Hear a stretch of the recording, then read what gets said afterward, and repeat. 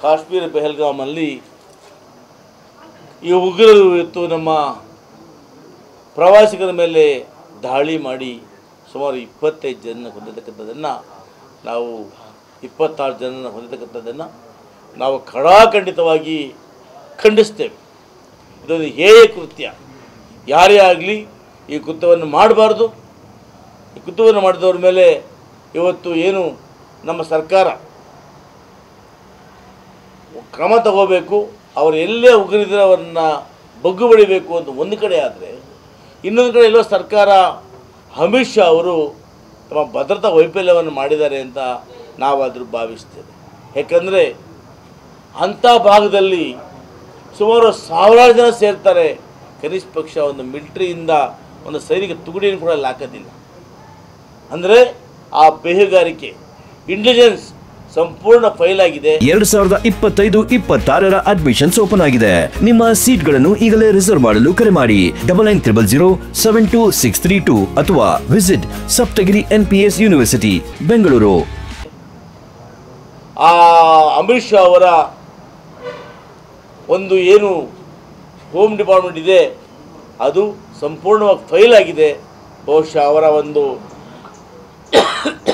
ಪೈದೂರಿಂದ ಇವತ್ತು ಸುಮಾರು 26 ಜನ ಜೀವ ಕಳ್ಕೊಳ್ಳುವಂಥ ಕೆಲಸ ಆಗಿದೆ. ನೋಡಿ, ಅವರು ಹಿಂದೂಗಳು ಟಾರ್ಗೆಟ್ ಮಾಡಿರ್ತಕ್ಕಂಥದ್ದು ಅಂತ ಕೆಲವರು ಹೇಳಿದ್ದಾರೆ.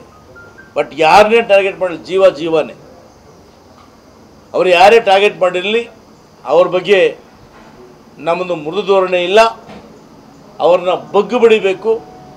ಆ ಬಗ್ಗು ಬಡಿದು ಯಾರೇ ಆಗಲಿ, ಆ ಬಗ್ಗು ಬಡಿದು ಆ ಒಂದು ಹಿಂದೆ ಇಂದಿರಾ ಗಾಂಧಿ ಅವರು ಮಾಡಿದಾಗ ಮನಮೋಹನ್ ಸಿಂಗ್ ಅವರು ದಾಳಿ ಮಾಡಿ ಏನು ಆ ದೇಶವನ್ನು ಕಾಪಾಡಿದ್ರು, ಆ ರೀತಿಯಲ್ಲಿ ಉಗ್ರರಿಂದ ಈ ಭಾರತ ದೇಶವನ್ನು ಉಳಿಸಬೇಕು ಅಂತೇಳಿ ನಾವು ಪ್ರಧಾನಿಯವರನ್ನು ಒತ್ತಾಯ ಮಾಡ್ತೇವೆ. 2025-26 ಅಡ್ಮಿಷನ್ಸ್ ಓಪನ್ ಆಗಿದೆ. ನಿಮ್ಮ ಸೀಟ್ಗಳನ್ನು ಈಗಲೇ ರಿಸರ್ವ್ ಮಾಡಲು ಕರೆ ಮಾಡಿ 9900072632 ಅಥವಾ visit Saptagiri NPS university Bengaluru. Kashmir ಪೆಹಲ್ಗಾಮಲ್ಲಿ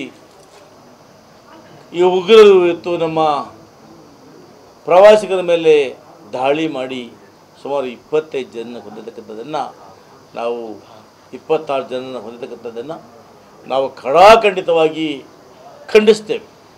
ಇದೊಂದು ಹೇಯ ಕೃತ್ಯ. ಯಾರೇ ಆಗಲಿ ಈ ಕೃತ್ಯವನ್ನು ಮಾಡಬಾರ್ದು. ಈ ಕೃತ್ಯವನ್ನು ಮಾಡಿದವ್ರ ಮೇಲೆ ಇವತ್ತು ಏನು ನಮ್ಮ ಸರ್ಕಾರ ಕ್ರಮ ತಗೋಬೇಕು, ಅವರು ಎಲ್ಲೇ ಉಗ್ರಿದ್ರೆ ಅವರನ್ನು ಬಗ್ಗು ಬಡಿಬೇಕು ಅಂತ ಒಂದು ಕಡೆ ಆದರೆ, ಇನ್ನೊಂದು ಕಡೆ ಎಲ್ಲೋ ಸರ್ಕಾರ ಅಮಿತ್ ಶಾ ಅವರು ತಮ್ಮ ಭದ್ರತಾ ವೈಫಲ್ಯವನ್ನು ಮಾಡಿದ್ದಾರೆ ಅಂತ ನಾವಾದರೂ ಭಾವಿಸ್ತೇವೆ. ಯಾಕಂದರೆ ಅಂಥ ಭಾಗದಲ್ಲಿ ಸುಮಾರು ಸಾವಿರಾರು ಜನ ಸೇರ್ತಾರೆ.